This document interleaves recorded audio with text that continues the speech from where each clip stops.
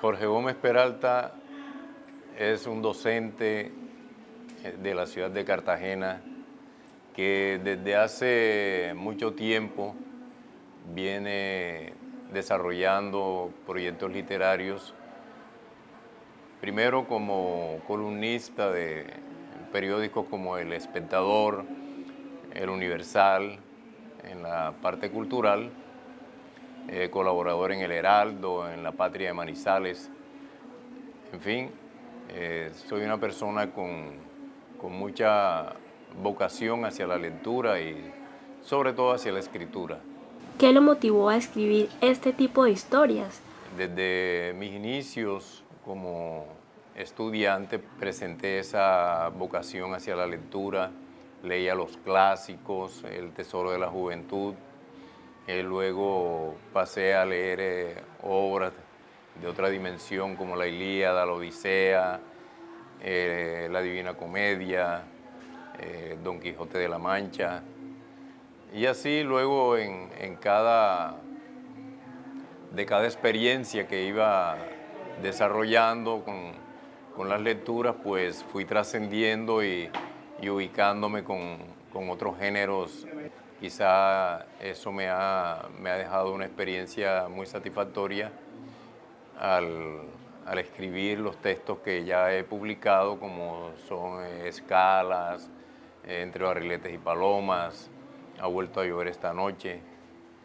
Y así con El Espectador, pues muchos artículos, sobre todo en la parte cultural. Colaboré también con revistas como Manglaria, que era del Inderena, revista Luna Nueva de Cali, de la Universidad de Córdoba.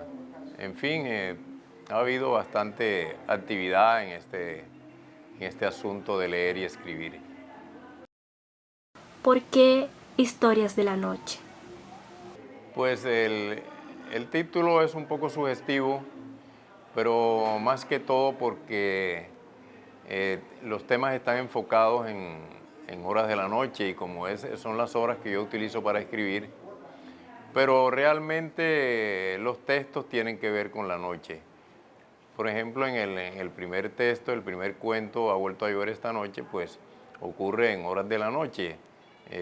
Igualmente hay otro relato titulado Velaciones, que también ocurre en horas de la noche. Falena, que es el último cuento, si mal no estoy en el texto, pues también tiene que ver con la noche. El juicio final, que es un cambio a través del sueño de una señora que sueña que se ha muerto, pues lógicamente los sueños ocurren casi siempre de noche. Entonces, de ahí la razón de que se lleven por título el texto Historias de la Noche. Ha vuelto a llover esta noche es un cuento que contrasta firmemente con hechos violentos sucedidos en nuestro país durante muchos años y de los que apenas hasta ahora hemos venido recuperándonos, superándolos. Tomás de la Cruz representa a todos los campesinos que a causa de los grupos armados sufrieron por el desplazamiento forzoso y que hoy en su mayoría ya no están para contar sus recuerdos. Ese personaje nace por una cercanía que hubo con un personaje en la vida real que se llamó Tomás de la Cruz Gómez Fernández y Torralbo, quien vivía en Córdoba. Pero igualmente más cercano un hermano que murió en Montería, asesinado por el paramilitarismo y del cual pues había mucha empatía entre los dos. Él también escribía y bueno, yo le leía mis historias. Entonces cuando sucede el caso con la muerte de mi hermano, pues a mí me viene la idea de escribir un cuento a su memoria y entonces Tomás puede ser él, aunque fueron épocas diferentes y circunstancias diferentes, pues mi hermano para mí es ese presente permanente, estable, en el cual conservo el recuerdo de él en esa preocupación de vivir pendiente de las demás personas, su estabilidad, su salud. Él era médico, se llamaba Alejandro Gómez Peralta. Y entonces, pues, a su memoria escribo yo este cuento, Ha vuelto a llover esta noche, en donde muchas personas viven el desplazamiento forzoso y que van de un lado a otro hasta que, en fin, esa guerra que ya todos conocemos, de estar quemando pueblos enteros, aniquilando personas inocentes. Y así, esa es la razón por la cual ha vuelto a llover esta noche. De El juicio final, su obra de teatro, yo diría que cualquier parecido con la realidad no es coincidencia. En la vida real existen muchas señoras Fe, y no solo en los estratos altos. Ahora bien, ¿qué en particular le inspiró este personaje? ¿Qué tipo de teatro es? La historia la escribo como una tarea que alguien me pidió el favor que le hiciera. Entonces yo comienzo a escribir esa historia en un momento dado, sin tener mayores afanes, y no pensé que podían publicarla y salió como un anónimo. Entonces, al ver yo en un libro de Aire Puro para la Vida, comienzo a leer y yo, si este es el mismo texto que yo escribí hace tantos años, y decidí convertirlo en una obra de teatro. Así que le puse nombre a los personajes, los ubiqué, inicié el drama y ahí está la historia pues que ya leíste sobre el tema del juicio final. ¿Cuál era la relación entre San Pedro y la señora Fe? Además, menciona a Remedios la Bella, personaje de Gabo en 100 años de soledad. ¿Por qué? ¿Y quiénes son Beatriz y María Magdalena?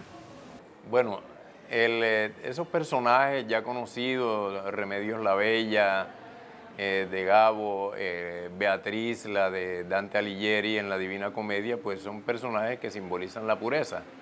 Remedios la Bella por el hecho de haber sido una mujer con los pies puestos sobre la tierra y que tuvo varias relaciones, no dejaba de ser una mujer pura. Doña Fe proviene de un estrato alto y ella piensa que al morir va a ocupar el mismo estrato social allá en el cielo, ¿no?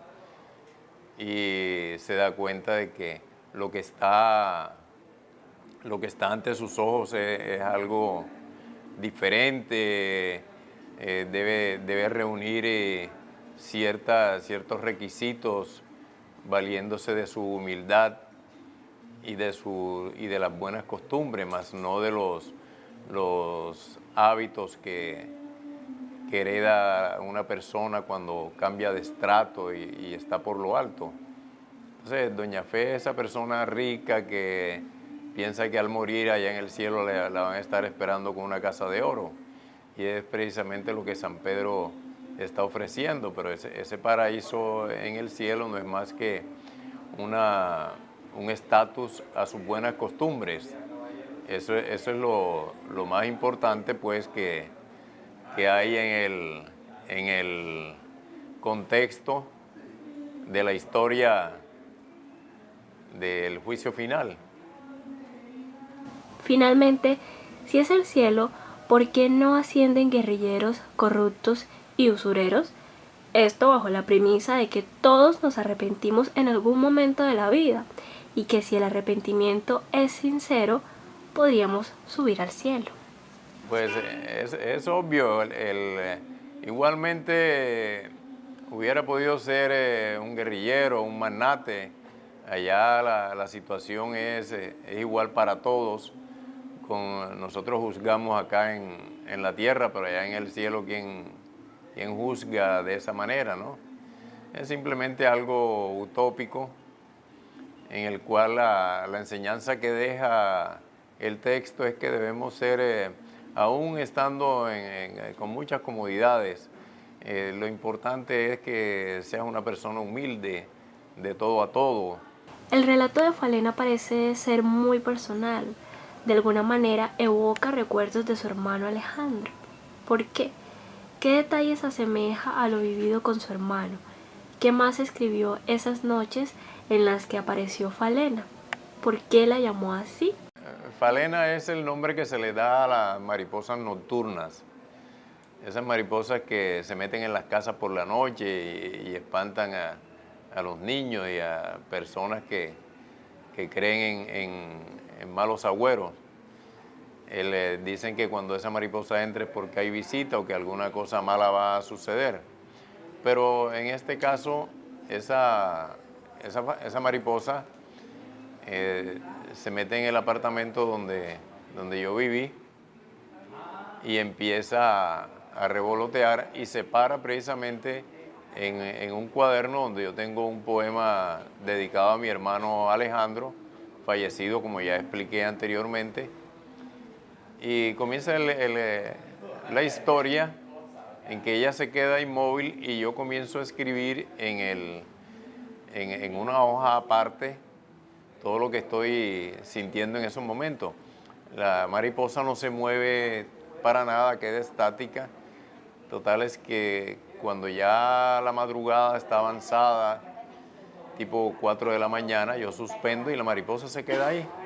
Yo me acuesto y cuando me levanto, encuentro la mariposa en la puerta. Así que abrí la puerta con cuidado para salir a mi trabajo y de regreso encuentro que la mariposa está en el mismo lugar, pero no tiene las alas rotas como la anterior.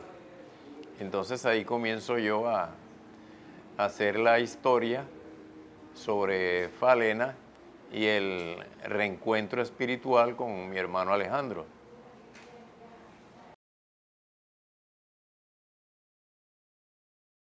Historias de la noche, al igual que los otros textos, yo los invito a que lo lean para que conozcan un poco más de la narrativa que estoy desarrollando como docente en la ciudad de Cartagena y que son textos que tienen muchas cosas que contar.